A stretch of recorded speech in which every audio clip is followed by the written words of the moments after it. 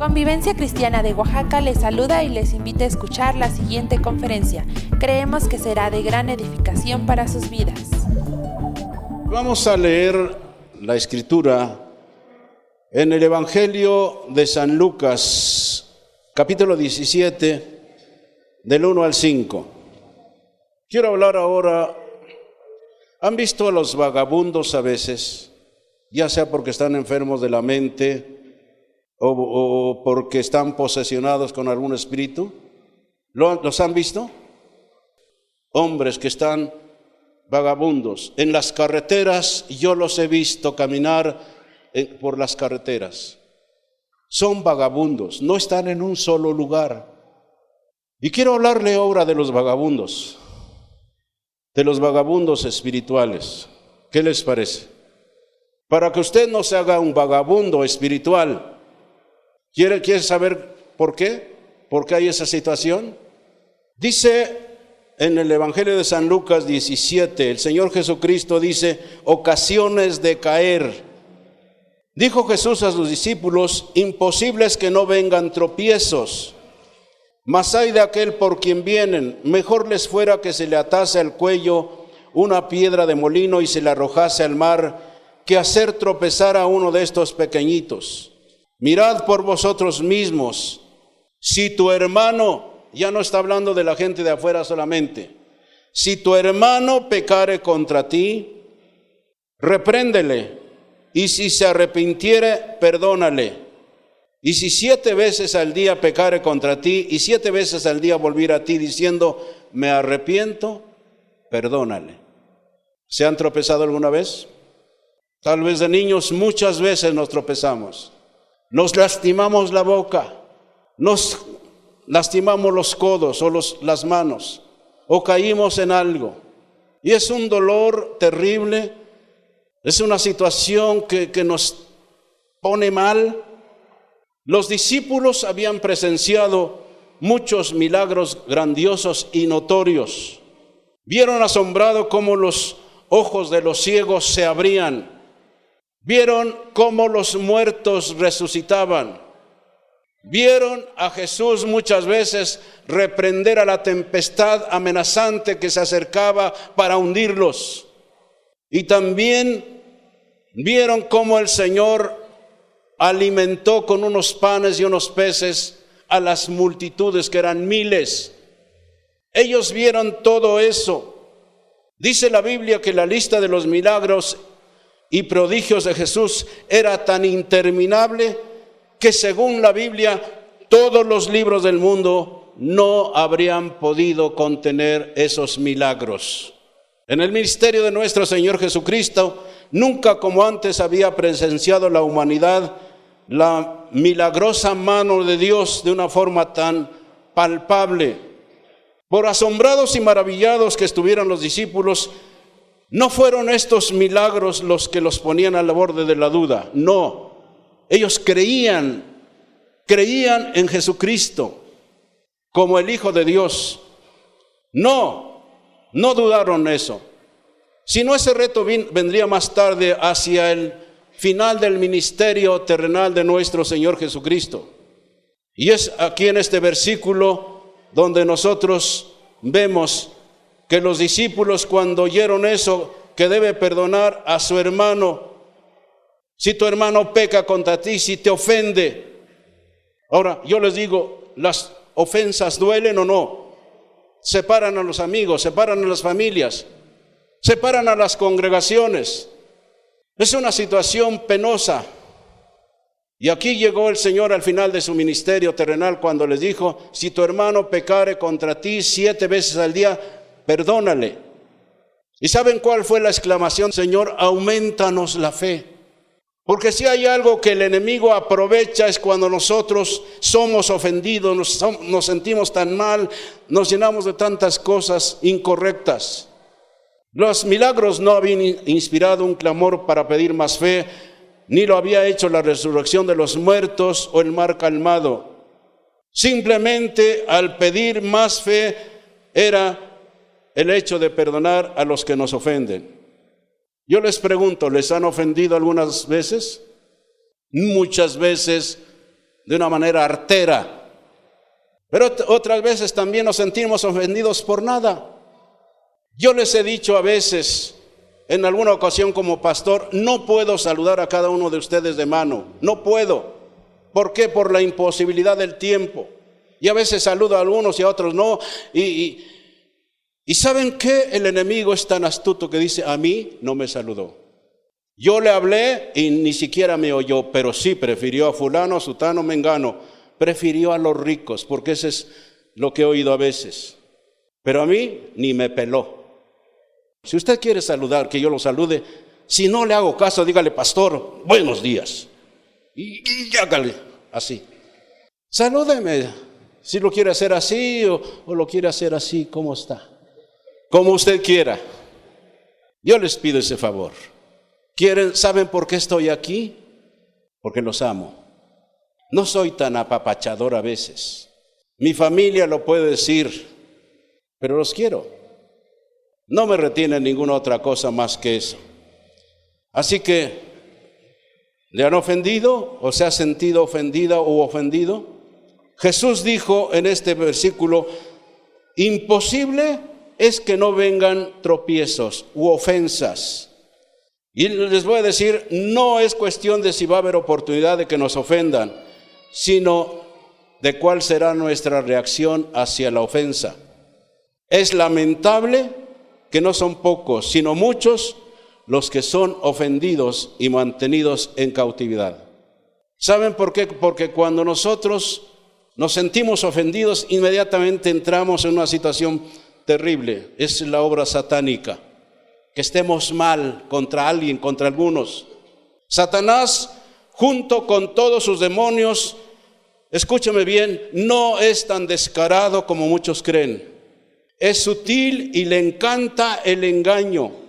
Es astuto en sus operaciones, tramposo y sutil. Dice la Biblia que aún se transfigura en ángel de luz. Fíjese cómo es Satanás. Si no nos dejáramos adiestrar o si no nos dejamos adiestrar por lo que dice la palabra de Dios para entender o dividir correctamente entre el bien y el mal, no reconoceremos sus trampas cuando aparezcan. Y escúcheme bien, una de las trampas o de las formas para atraparnos más engañosa e insidiosa es algo con los que se han encontrado todos los cristianos. Todos los cristianos, no unos cuantos. La forma más insidiosa y engañosa con los que nos encontraremos como cristianos son las ofensas. Las ofensas, las ofensas. Y de hecho, las ofensas no son mortales. Sí permanecen dentro de la trampa. ¿Usted ha puesto algún día una ratonera, por ser el ejemplo más conocido? ¿Ha puesto una trampa en una ratonera? Le puede poner un pedazo de tortilla, le puede poner un pedazo de queso y ahí está la trampa, ¿verdad? Mientras el queso o la tortilla estén en la trampa, no hay problema. Pero si el ratón llega, quedó ahí atrapado. En sí las ofensas no son mortales, sino cuando nosotros nos volvemos o las recogemos y alimentamos con ellas nuestro corazón, entonces nos volvemos los ofendidos. Las personas ofendidas, escúcheme bien, producen mucho fruto. Hay sufrimiento, hay ira, hay indignación, hay celos, hay resentimiento, hay luchas, hay amargura, hay odio, hay envidia. Entre las consecuencias de las ofensas se hallan los insultos, las heridas, las divisiones, las traiciones y las caídas de la gracia de Dios. Con frecuencia los que son ofendidos no se dan cuenta que se hayan atrapados en la trampa del enemigo.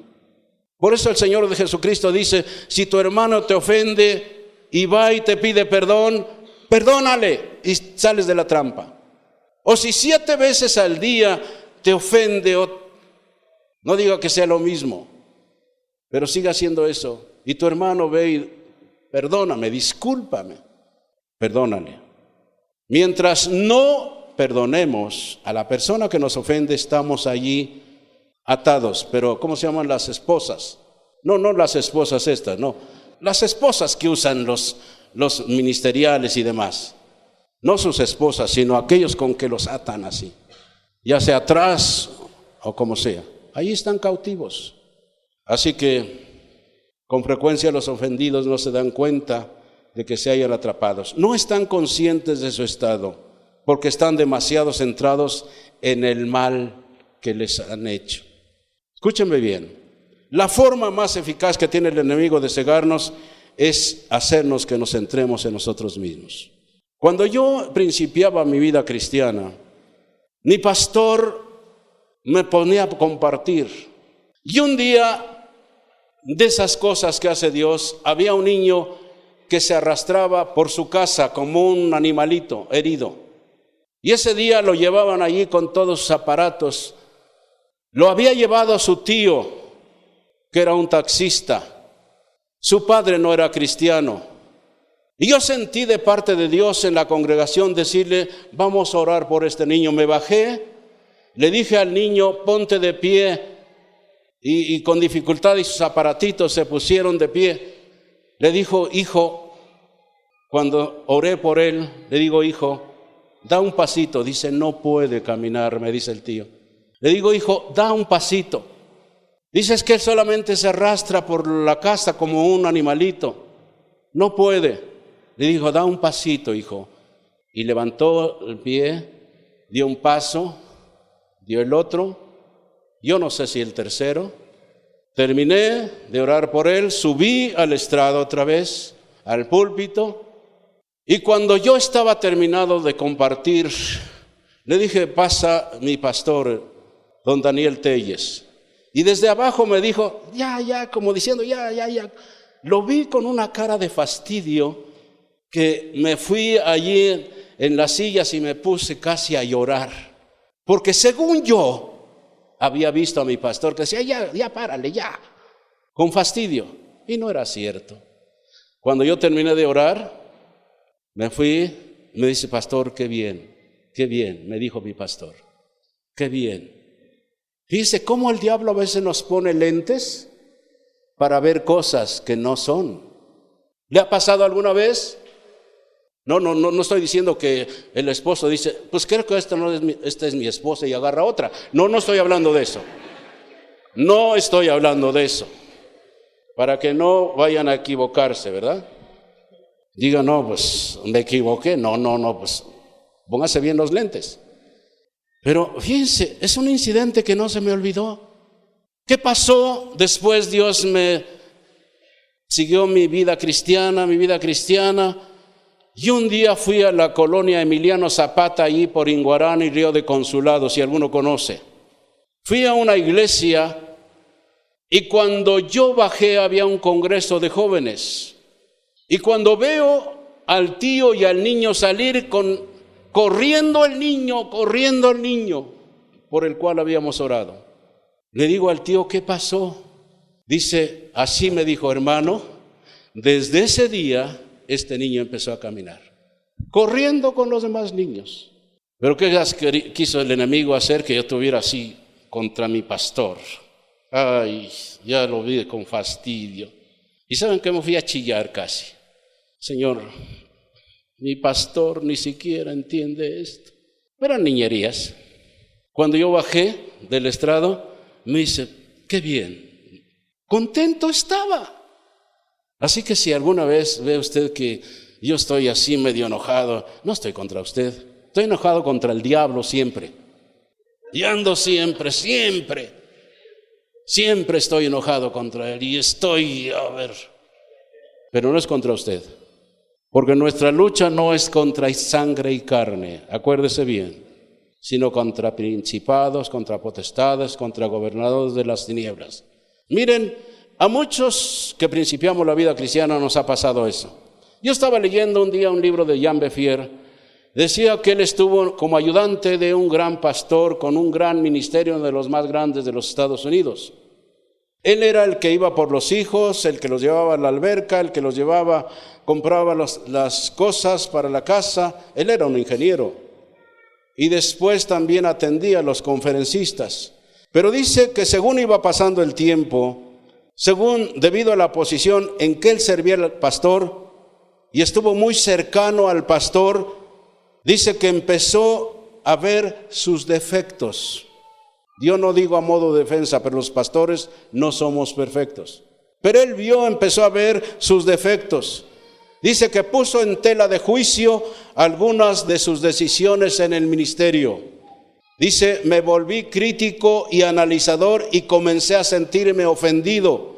Él predicaba y yo no sentía ni inspiración ni unción. Su predicación ya no me ministraba. Otro matrimonio también, porque puede suceder aquí y en cualquier lugar. Dice que otro matrimonio que eran sus amigos, que trabajaba también en la iglesia, en el personal de la iglesia, parecía estar discerniendo lo mismo. Dios los sacó de la iglesia y comenzaron su propia iglesia. Y cuando se dieron cuenta de Jean Beffier que estaba en esa actitud, le dijeron, vente con nosotros. Dice, nosotros vamos a seguir el ministerio. Dice, ellos sabían que este matrimonio los amaba, los estimaba, y empezaba el chisme. Y empezaron a hablar del pastor, de su esposa, de los líderes. Estaban haciendo mal. Como él decía que un día, platicando con este matrimonio, empezaron a hablar de tantas cosas. Dice, ¿y qué plática nos echamos del pastor? Se lamentaban muchas veces este matrimonio y este otro de Jean Beffier. Se lamentaban juntos, sintiéndose sin esperanza y atrapados. Bueno, se fueron con este pastor, con este otro que tenía su iglesia, pero al poco tiempo se dieron cuenta que ellos no estaban bien. No estaban bien. Y dice que un día le dijo a su esposa, no podemos seguir así, nuestro corazón está dañado, necesitamos arreglar esto.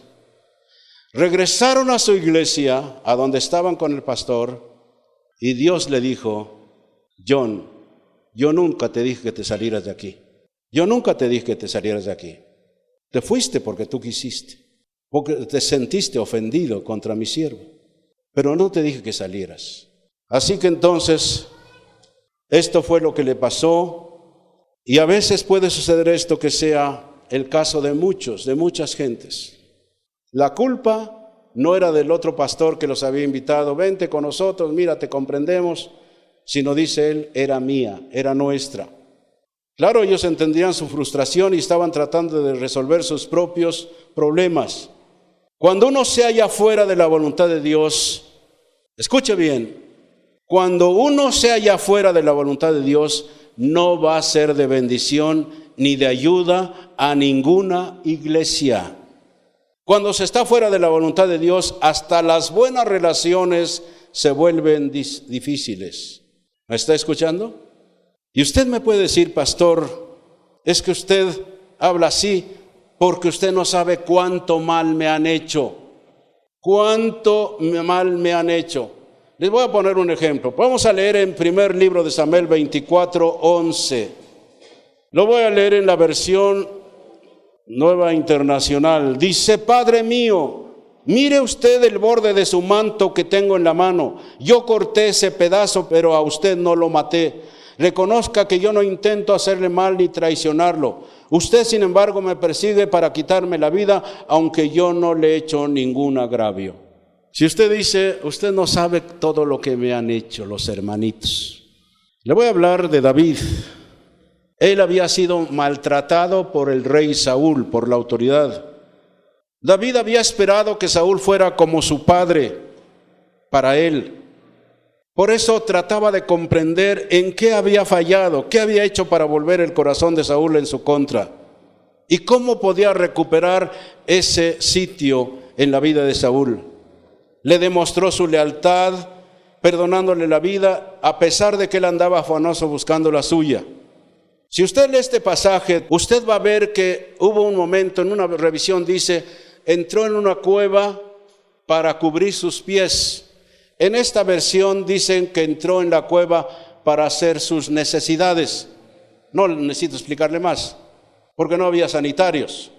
Estaba en la montaña, estaba en el campo de batalla, y Saúl entró a una cueva para cubrirse los pies, dice una Biblia. David estaba ahí dentro porque lo andaba persiguiendo Saúl para matarlo. Estaba tan lleno de odio contra David porque tan pronto mató al gigante, las mujeres danzando decían: Saúl mató a sus 1000 y David a sus 10,000, y eso le enojó. Están prefiriendo a David en lugar de mí, que soy el rey. Desde allí entró un espíritu maligno, porque son espíritus malignos, no es el espíritu de Dios. Así que entonces dice que mientras él hacía sus necesidades, tal vez dejó su manto por allí. Fue David y le cortó el borde de su manto. Terminó de hacer sus necesidades, salió Saúl con sus hombres. Claro, los hombres no estaban ahí cerca, ¿no? Porque fuchi, pero estaban allí cuidándolo.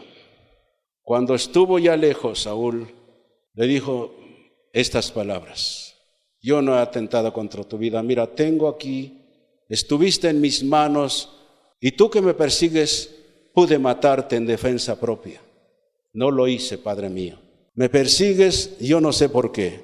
Así que entonces, cuando él le demostró su lealtad, perdonándole la vida, a pesar de que él andaba afanoso buscando la suya, le gritó con el rostro inclinado hacia el suelo: conoce pues y ve que no hay mal ni traición en mi mano, ni he pecado contra ti. Una vez que David supo que le había manifestado lealtad a su líder, su mente quedó en paz. Vea usted, cuando usted perdona a alguien, usted va a quedar en paz. Usted va a quedar en paz. Eso es lo que le pasó a David. Pero más tarde se enteró de otra noticia devastadora. Saúl seguía queriendo destruirlo, pero se negó a levantar una mano contra el que trataba de quitar la vida, aunque Dios había puesto a dormir al ejército entero y le había dado un compañero que le suplicaba que le diera permiso para matar.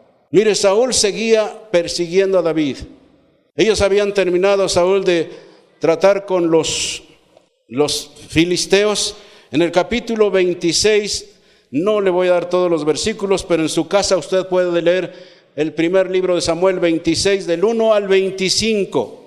Y allí va a encontrar que un día Saúl, en esa ocasión, tuvieron sueño, todo su ejército estaba cansados, se quedaron a dormir. Estaba el general con su escolta que cuidaba al rey, y todos se quedaron dormidos.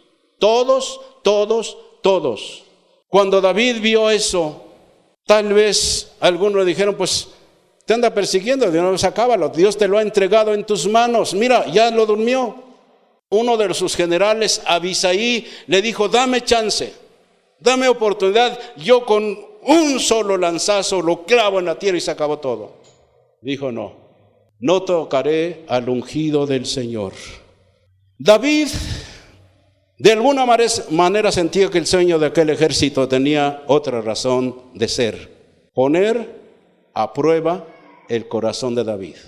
Dios quería ver, porque Dios a veces prueba nuestros corazones. ¿Sabía eso? Cualquier oferta del pecado, dice: bueno, pues después me arrepiento, le pido perdón al Señor, como dice la Biblia, y si confesamos nuestros pecados, Él es fiel y justo para perdonar nuestros pecados y limpiarnos de toda maldad. Me echo una cana al aire y al rato le pido perdón. Dios a veces suceden esas cosas para poner qué tanto amamos al Señor, qué tanto lo reverenciamos, qué tanto le tenemos temor. Las ofertas del diablo van a venir de muchas maneras para que nosotros ofendamos al Señor. Porque todo pecado es contra Dios. ¿Me está escuchando? Si usted anda jugando con el pecado y anda en los santos y anda en los tugurios y se dice cristiano, tenga cuidado, porque un día de estos el enemigo lo puede matar. ¿Me está escuchando? Porque usted se desprotege. Usted no está bajo la protección de Dios y anda en el pecado. Así que entonces Dios quería ver si David mataría para establecer su reino, porque él ya había sido nombrado rey.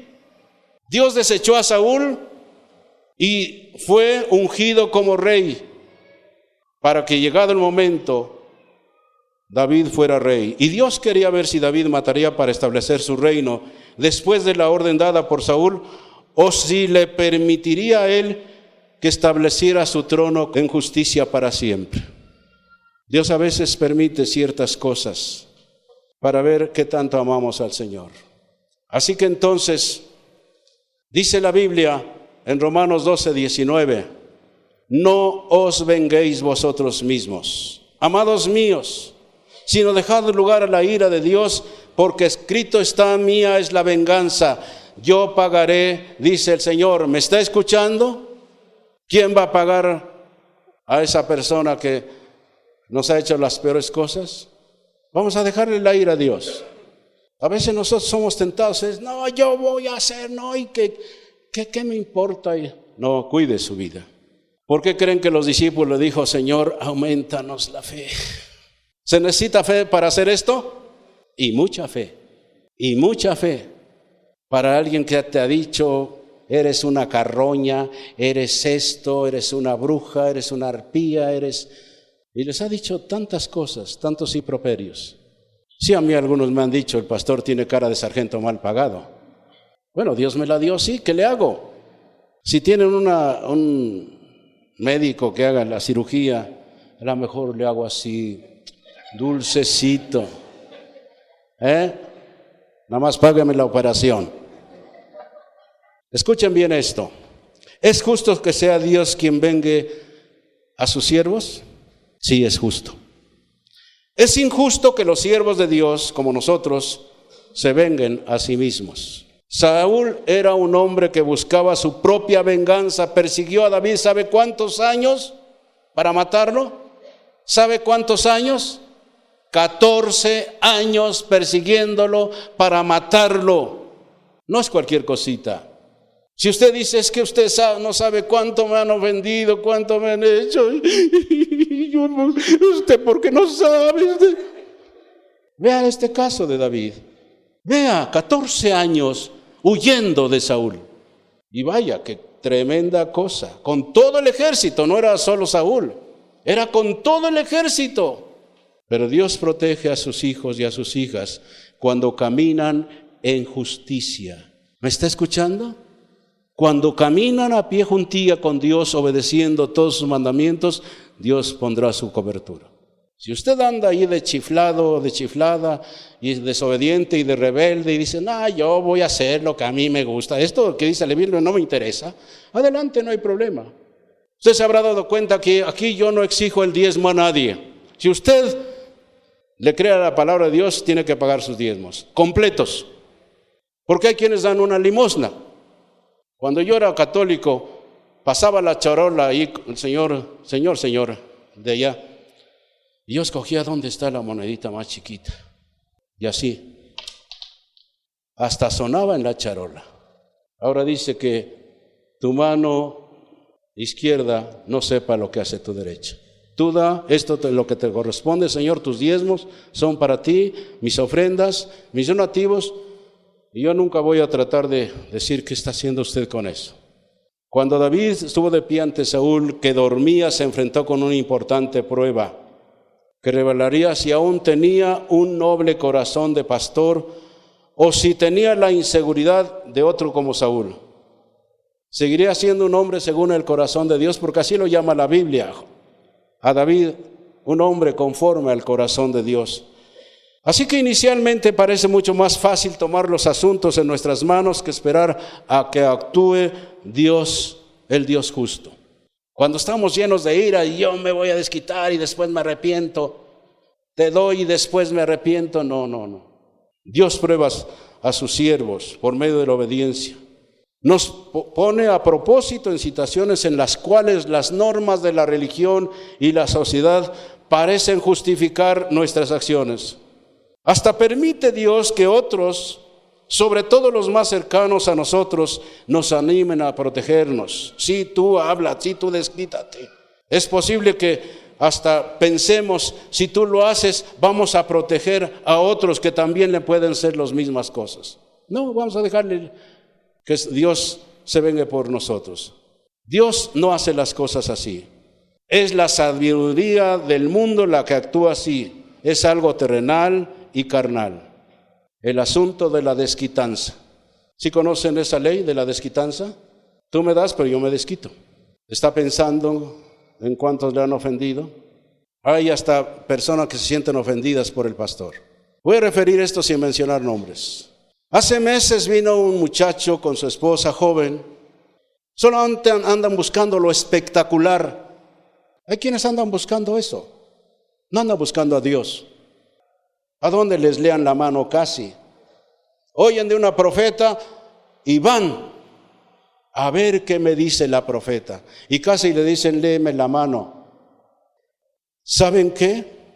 Escúcheme bien, aunque parezca una tontería. No necesitamos ni grandes profetas, ni grandes apóstoles, ni grandes predicadores para estar en la presencia de Dios. ¿Me está oyendo? Dios tiene palabra para nosotros. Uno puede pensar, ¿cómo es posible que Dios haya puesto a David bajo un líder corrupto como era Saúl? ¿Por qué lo mandó llamar para que tocara el arpa y los demonios se fueran cuando él se sentía malo? Pero ¿se acuerdan cuando le lanzó los lanzazos y los esquivaba David? ¿Se acuerdan desde ahí? ¿Sí lo han leído o no lo han leído? Muchos se preguntan, ¿por qué pone Dios a la gente bajo líderes que cometen errores o que incluso llegan a ser malvados? Si nosotros observamos la niñez de Samuel, dice en primer libro de Samuel 2:5. Si ustedes leen ese libro, Dios puso a ese niño bajo la autoridad de un sacerdote corrupto llamado Elí. ¿Han leído la historia de Elí? A ese niño, la madre lo llevó para que estuviera con el sacerdote. Ana llevó a su hijo, se lo entregó al sacerdote y lo puso bajo el cuidado de este líder, de ese sacerdote corrupto, y no solamente él, sino sus hijos. La Biblia nos dice de los hijos malvados que eran Ofni y Fines, también sacerdotes. Y yo quiero decirles que a veces no es el diablo el que pone a alguien bajo un líder corrupto, a veces es Dios, como en este caso. Realmente los hijos de Elí eran terriblemente malvados. Dice que tomaban ofrendas de manipulación y por la fuerza y fornicaban con las mujeres que se reunían en las puertas del tabernáculo. ¿Se puede usted imaginar que estuviera sirviendo un ministro que lleva este tipo de vida? ¿Y que sus hijos también fueran unos malvados? Como estos que fornicaban con las mujeres, se robaban las ofrendas, se llevaban los diezmos y demás. Era un ministro insensible como era Elí. Y los hijos eran tremendos también. La mayoría de los cristianos hoy se sentirían insultados y buscarían otra iglesia, hablándoles a los demás para irse del malvado estilo de vida de su pastor y sus líderes.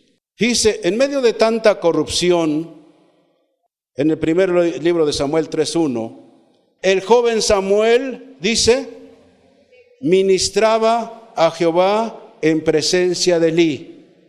¿Qué quiero decir esto?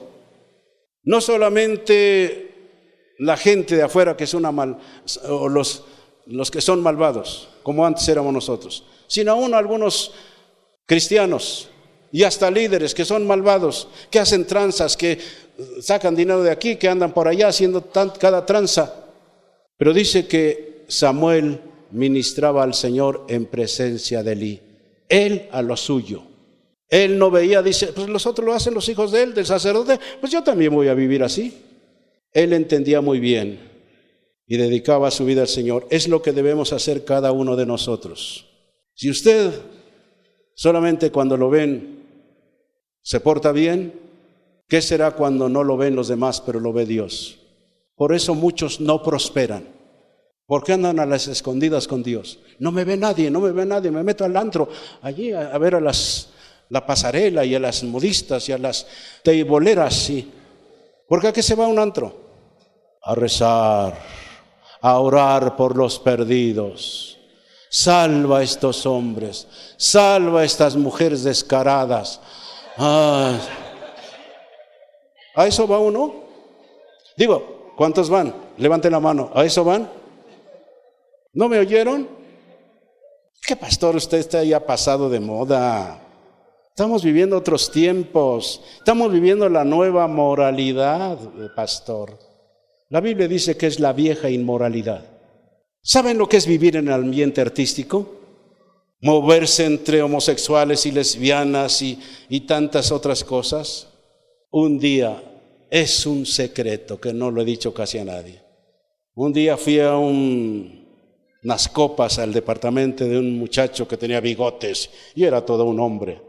Yo no sé si se pusieron de acuerdo y me surtieron de veras. Al rato me quedé todo dormido. Yo no sé cuántos minutos pasaron cuando sentí que el pantalón me lo estaban desabrochando. Y era mi amigo, actor. Digo, ¿qué? Me di cuenta, no le dije nada. Ay, es que trataba de desnudarte, como te quedaste dormido, quería desnudarte para que te acostaras bien. Si hubieran visto cuántas cosas pasé en el medio artístico, gracias a Dios que no caí en esas cosas. En otras sí. ¿Cuántas son blancas palomitas? Levanten su mano para palomitas blancas. Caballeros, levanten su mano. No, yo nunca pequé, pastor. No, nunca hice nada. Algunos están hasta tristes. No, yo nunca fui. Y conste que yo hacía el Cristo de Iztapalapa. Pecador, pecador, pecador. Pasaba por las calles y hasta los perros me decían, pecador, pecador, pecador. La gente me decía, santo, santo Cristo. Los perros me conocían más. El joven Samuel ministraba a Jehová en presencia de Elí. Miren, la corrupción llega el momento en que surte sus efectos. Si los que dirigen, los que están en una iglesia están mal, llega el momento en que esa corrupción surte sus efectos. La ley de causa y efecto. Dice la palabra de Dios en el versículo 1 de este capítulo, y la palabra de Jehová escaseaba en aquellos días. No había visión con frecuencia.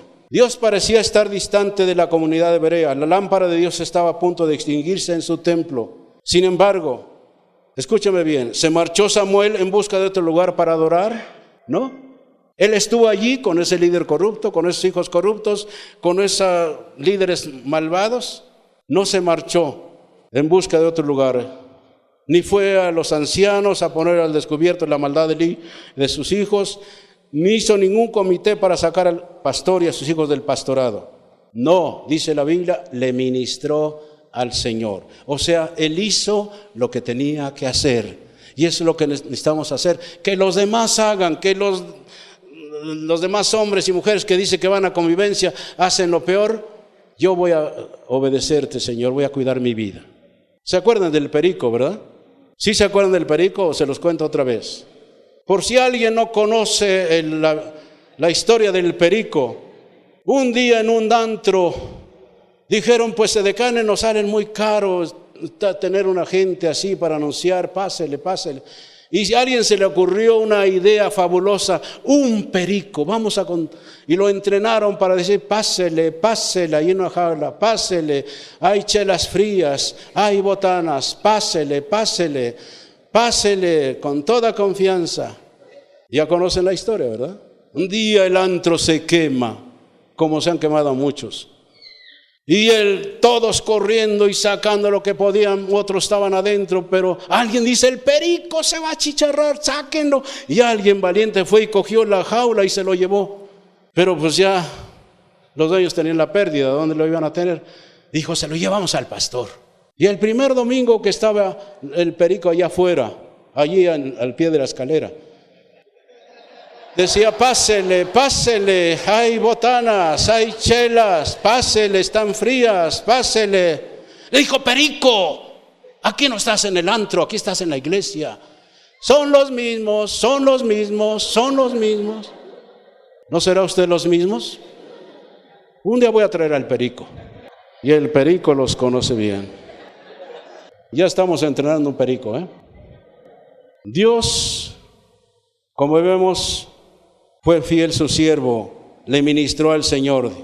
Dios había sido quien había puesto ahí a Samuel, y este no era responsable de la conducta de Elí o de sus hijos.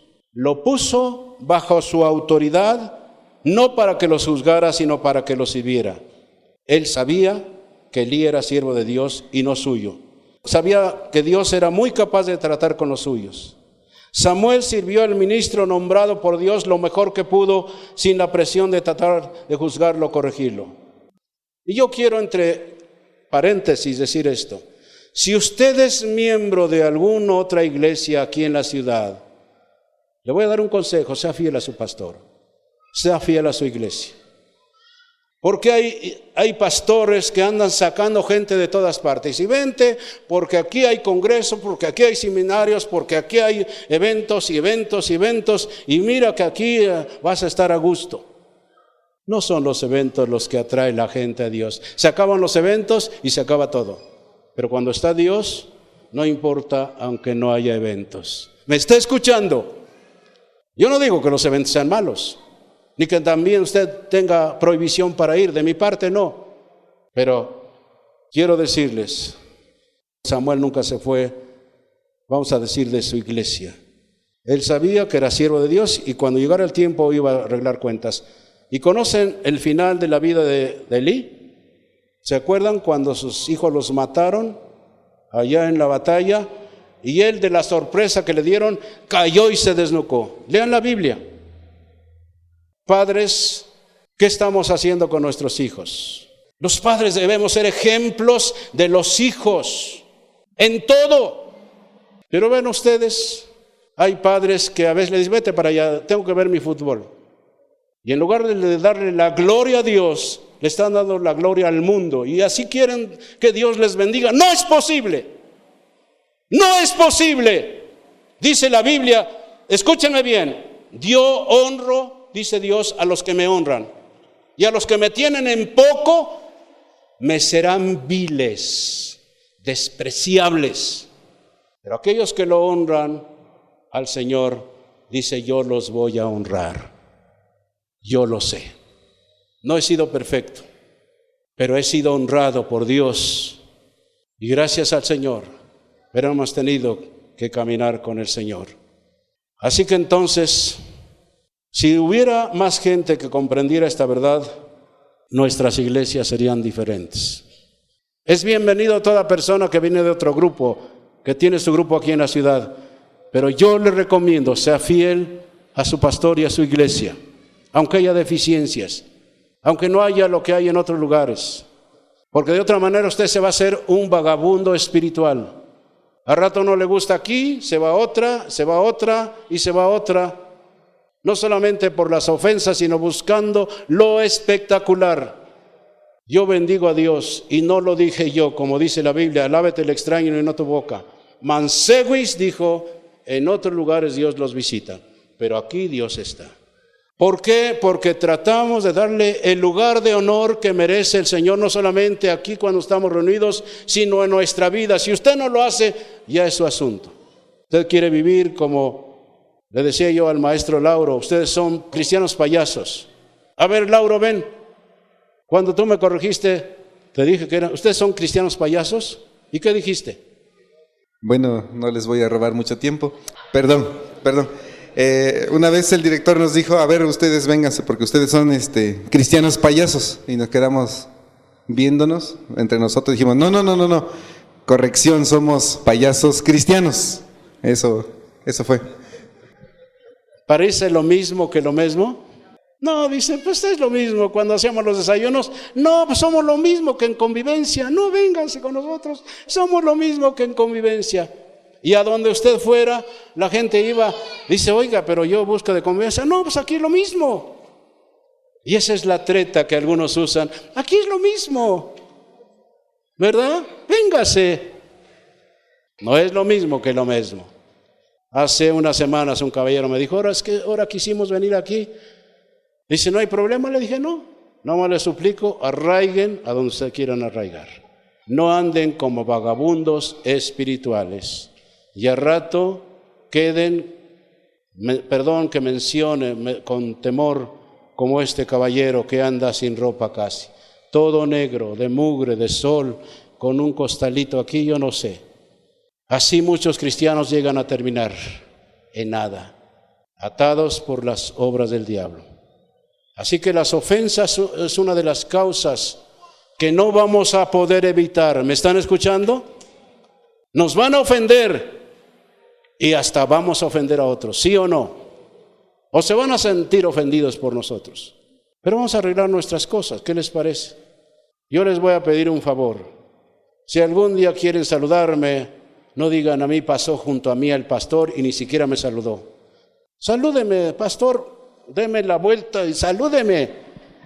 No me enojo. Y si me enojo, pues tengo que pedir perdón por sentirme ofendido, ¿verdad? Cuando yo inicié mi vida cristiana en una iglesia muy legalista, ustedes las mujeres eran unas paganas porque traían collares, estaban pintadas, estaban algunas con falda corta o la falda apretada. Allí no se permitía eso. Todas con velo, todas chancludas. El velo a veces lo utilizaban para decir, se lo ponían otra vez. Almidonaditas. Yo conocí al Señor ahí, donde los hombres eran cuidadosos. No usaban corbata ancha, no usaban pantalones acampanados, era el tiempo de los acampanados. Yo venía del ambiente artístico y allí Dios me metió en ese cajoncito. Entonces empecé a salir en confraternidades de jóvenes a donde eran masivos, 1,000, 2,000, 3,000 jóvenes en reuniones. Yo fui líder nacional a donde aglutinaba a 7,000 personas, entre la mayoría jóvenes y adultos. Y yo veía a la gente diferente como los ve a ustedes bonitos así. Y yo le decía a Dios cuando yo iba a otra iglesia, Señor, ¿por qué no nací aquí? ¿Por qué tuve que nacer allá? ¿Y saben qué me contestó el Señor? Dice, porque yo quise que tú nacieras ahí. Allí en Monte Sinaí, en Iztacalco, Distrito Federal. Y allí estuve. Hay quienes se pusieron contra el pastor. Un día me llamaron secretamente por ahí unas familias, me dicen, creemos que ya Danielito ya debe dejar el pastorado y ahora queremos que usted sea el pastor. Y los puse como campeón. Dije, no acepto. Yo no ando buscando puestos. Yo voy a estar sujeto a mi líder hasta que Dios quiera hacer otra cosa. Dios quiso que allí naciera. ¿Y saben qué? Yo bendigo a Dios a donde nací. Porque ahora puedo hacer un balance entre los neocristianos que se van al otro extremo y los cristianos de aquel entonces. Ahora, en muchos neocristianos todo se vale. Una bailadita, una cubita no es nada. Tantas cosas como esas. Dice, ¿qué tiene de malo bailar? Un hombre que aquí venía hace muchos años, estuvo viniendo aquí un tiempo y fue un vagabundo espiritual. Se fue. Porque aquí no le reconocemos su ministerio. Aquí no los ponemos en nada. Aquí no les damos su lugar. Todo tiene su tiempo. Y cuando Dios nos indique, nos pondremos en algo, pero cada uno tiene un algo que hacer allá afuera. El campo misionero es allá afuera, no aquí. Los plantados en la casa de Jehová, en los atrios de nuestro Dios, florecerán. Yo me quedé allí con mi pastor hasta que Dios dijo ahora otra cosa. Si usted es miembro de aquí y aquí Dios lo ha arraigado, sea fiel. Y cuando sea el tiempo, Dios lo va a llamar a cualquier cosa. Como dije, hay otro lugar donde dice, vente para acá, allí ya no te van a preferir, allí no te van a tomar en cuenta. Aquí si vienes te damos un ministerio. ¿Quién da los ministerios? Señor Jesucristo. Imagínense, tú vas a ser apóstol, y tú vas a ser profeta, y tú vas a ser evangelista, y tú vas a ser el pastor para que cuando don Fidel ya no esté, tú vas a ocupar el pastorado. Yo no lo doy, es Él. ¿Me está escuchando? Bueno, no se hagan vagabundos espirituales. Y vean los vagabundos en la calle, cuánto dolor me causa. Si yo pudiera orar por ellos, si Dios me guía algún día a orar por alguien, es porque Dios quiere liberarlo. Pero si yo me pongo a orar por alguien y lo agarro, va a decir, este hombre está maltratando a esta persona. No, la gente no va a entender. Vamos a dar gracias a Dios, pónganse de pie. Acuérdense, imposible es que no vengan ofensas, pero hay de aquel por quien vinieren. El enemigo es tan astuto para decir, ya ves, no te quieren. ¿Para qué estás aquí? Allá en otro lugar te están llamando, te están ofreciendo esto. Ya cuando hablemos sobre las plantas, nos daremos cuenta cuán importante es en medio de las tormentas, del calor, del aire, del frío, arraigarnos. Y después, aunque venga lo peor, ahí estamos de pie. Padre, te damos gracias en esta tarde, y si algo ha sido útil para tu pueblo, que así sea. Y sepan que si alguien nos ofende y nosotros perdonamos, tú traerás paz y vida a nosotros. Y si alguien nos ofende y no se da cuenta la persona, ayúdanos para tener el valor civil de decirle y el valor cristiano para decirle: oye, te extendí la mano y no me saludaste. Te hablé y no me hiciste caso. ¿Por qué? Porque a veces sucede eso. ¿No se ha dado cuenta que a veces parece que estamos viendo a una persona y no la estamos viendo? Dice, vio para donde yo estaba y no me saludó. No demos lugar al diablo. El diablo es tan astuto, tan sutil, tan terrible, y con cosas pequeñas nos atrapa. Padre, que la gloria sea para ti y ayuda a tu pueblo. Si hay algo que ellos tienen que perdonar o pedir perdón, llévalos a hacer eso. Es bueno tanto de un lado como de otro. Padre, te damos gracias y tu bendición para tu pueblo. El Señor te bendiga y te guarde. El Señor haga resplandecer su rostro sobre ti y tenga de ti misericordia. El Señor haga sobre ti su rostro y ponga en ti paz. Esperamos que te haya edificado este mensaje. Síguenos en nuestras redes sociales. Dios te bendiga.